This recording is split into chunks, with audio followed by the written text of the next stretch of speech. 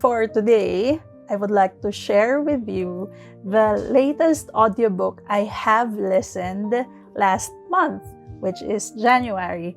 I have read, I think, a couple of other books, but this is the only thing I remember I read last month. So the audiobook is Divine Rivals by Rebecca Ross. It was recommended to me by my college friend.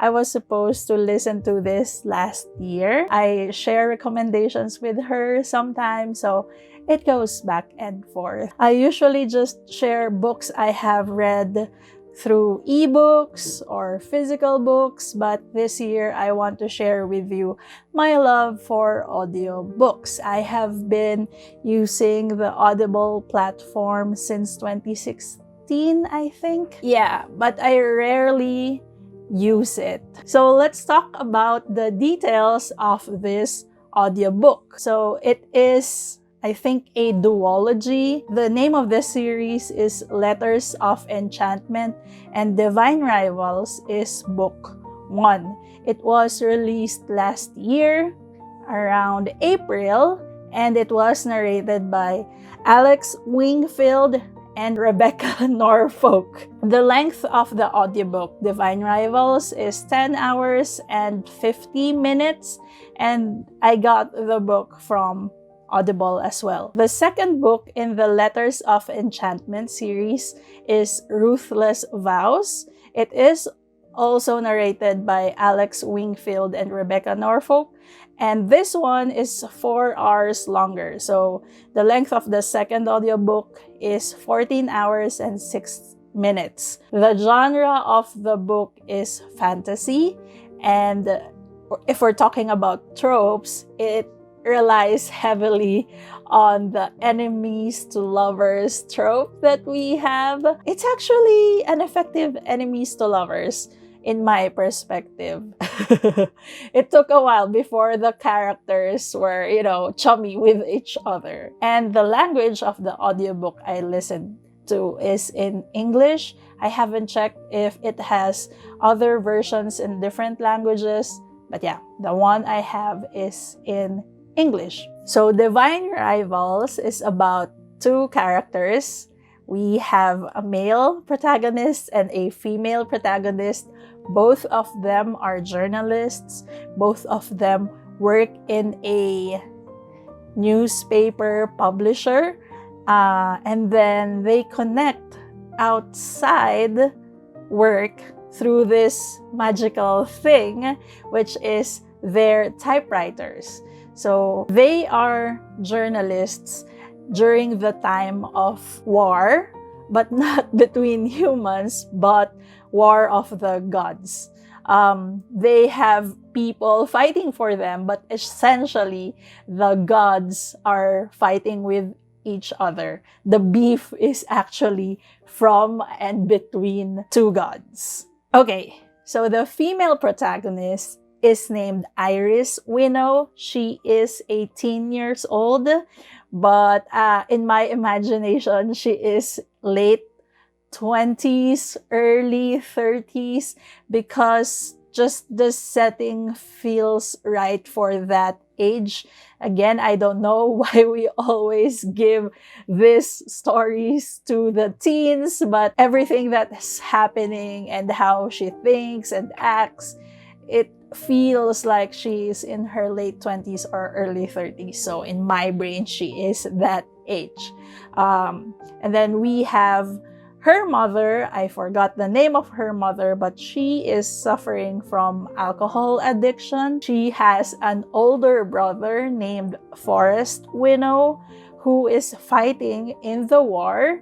He is on the front lines, and in the start of the movie to the end of the movie, he is missing. Iris Winnow is kind of looking for him because he doesn't respond to her letters.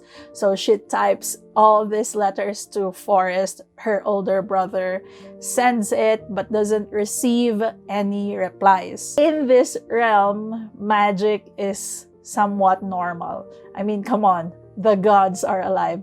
The war is between gods. So if there is something magical happening, she accepts it, but she doesn't know where the letters are going to. And then we have our male protagonist, which is Roman Kit. So he is the one who receives these letters. Every time Iris Winnow slips her letters under her wardrobe, it appears on Roman Kit's wardrobe. He has been receiving these letters from the beginning, and he knows, he deducted that the letters are coming from Iris. So from the start of the movie, they are workmates, and he knows that this girl is sending letters. He knows Iris' story because he receives the letters that is supposedly to his brother. So he has an idea what's happening with Iris outside of work. And Iris doesn't know that he's the one receiving the letters. He doesn't show any signs at work that he knows Iris more than a coworker would know Iris. Roman Kit is actually the rival of Iris Winnow in the newspaper publisher. The name of the publishing house is Oath Gazette, and they are rivals for one position. Someone would get promoted to the main columnist of Oath Gazette. They are the ones, they are fighting for that position. Roman Kit is a rich boy, and then we have Iris Winnow as the poor girl, so that's another part of the trope. Iris Winnow is fighting to get this promotion so she could get more money to support her family, and Roman Kit is fighting for the columnist position for the bragging rights of it. He has a toxic family, she has a toxic family in different toxicity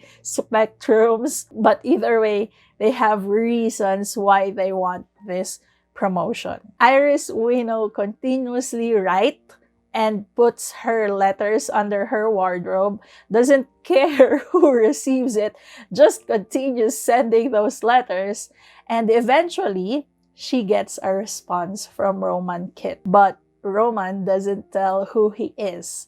He remains anonymous all throughout this correspondence between them. For some reason, Iris is fine with it because she thinks the receiver of her letters doesn't know her as well. She never signed the letters with her name, so she is assuming that whoever is writing her back doesn't know that she is who she is. She thinks that both of them are writing without knowing who the other person is. So with this pen pal thing they have, they form a friendship. Iris, having this friendship with a boy, she knows he's a boy based from the stories. They kind of get pieces of information about each other from the letters. So she knows her new friend is a boy and he becomes her confidant. Let's get this out of the way. The story has an intimate scene between Roman and Iris, but as someone who reads smut, and maybe for the others who read smut as well, we can consider it as a clean romance because nothing is described. But we know in context that something is happening between them. It's just one scene. So the story is in a fictional setting. The place is fictional. I don't even know what year it is, but while I was reading the book, it has this 1900s feel of England. That's what I imagine when the story describes the setting. And it happens, the entire book, Divine Rivals, the entire story happens in a year. That's my estimate. So the plot, in a way, is somehow relatable to me because I am also a proud owner of a typewriter. Just like Roman and Iris, I also inherited my dad's typewriter. This typewriter has been with him even before he got married to my mom. So that's old the typewriter is, and it is still fully functioning. Maybe I should try writing letters and slip letters under my wardrobe. I might find my true love with this technique. I should try it. I will try it and will get back to you if something cool really happens. It is also relatable to me because once in my life, I had a career in journalism. A professional career, but I used to write for our school paper. It was grade school until high school. And I also was able to compete in journalism. So those are the two things that made me relate to the story. About the characters, I don't really have a favorite one. Nobody resonated much with me. However, I loathe Forrest Winnow. To those who have read the book, tell me who is your favorite character and tell me who is your not so favorite character. I hate Forrest. I don't know what will happen with him on the second book, but for Divine Rivals, I'm telling you, not a fan of Old Brother. On the writing style for the book, it has a point of view of first-person dual perspective, which makes sense because the story revolves around Roman Kit and Iris Winnow writing to each other.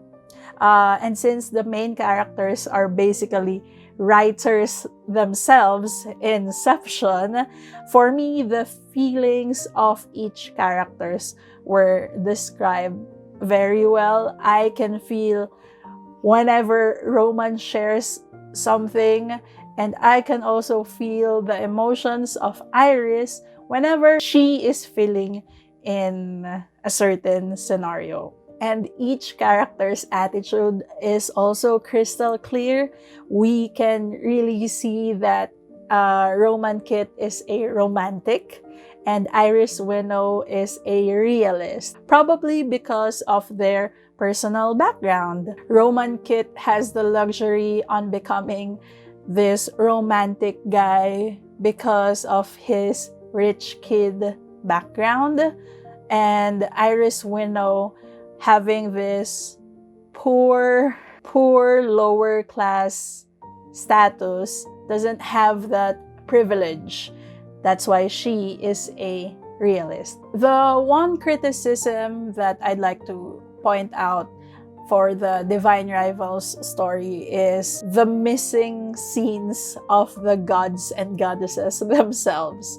So the plot revolves around a war between two gods, but we never see them. We saw a very short screen time for the male god that I forgot his name, I'm sorry, but we never have a screen time for the female goddess. The story speaks about the war. They even go to war, Iris and Roman, but there are no scenes about the gods. Maybe they will be introduced, they will be shown in book 2. Probably. I hope so, because if they're not there as well, then that's a very big loophole in this Letters of Enchantment series. But yeah, for Divine Rivals Book 1, that's the thing I was looking for. I was expecting scenes from the gods, but nope. No current scenes about them. Okay, for my ratings, let's move to the statistics. Obviously, I rated it 5 out of 5 stars. I am always easily pleased. So yeah, 5 out of 5 stars. The side characters, there are many side characters in this book. I am also giving them 5 stars. The plot twist, I gave it 3 stars. However, the cliffhanger of the book is 5 out of 5 stars. Can I give it a 10 out of 10 stars? I had to read the blurb of the second book. That's how intrigued I was by the cliffhanger. Usually, I just let it stew and just read the next book. But this one, I can't wait to read the next book. I have to know what happens next. For the storyline, I give it 5 out of 5 stars because, again, it's new to me. And I like the storyline. And would I recommend this book? Of course, I'm recommending the book. I will not talk about it here if I'm not recommending the book. It is okay for young adults and it is okay for the adults as well. Again, I have a problem with the age. Iris is 18, Roman is 19. Tell me when you read the book or if you have read the book, because I really do think they're not teenagers. They should be in their late 20s or early 30s. So there you have it. That is my audiobook review for Divine Rivals by Rebecca Ross. You will definitely hear from me again after I read book 2, but for now, I'm recommending this book to everyone. It is really good. Feels like it's been so long. When was the last time I have done a proper book review? So I don't know how to close this. I'll see you next time and happy reading to everyone. I should really have an end line.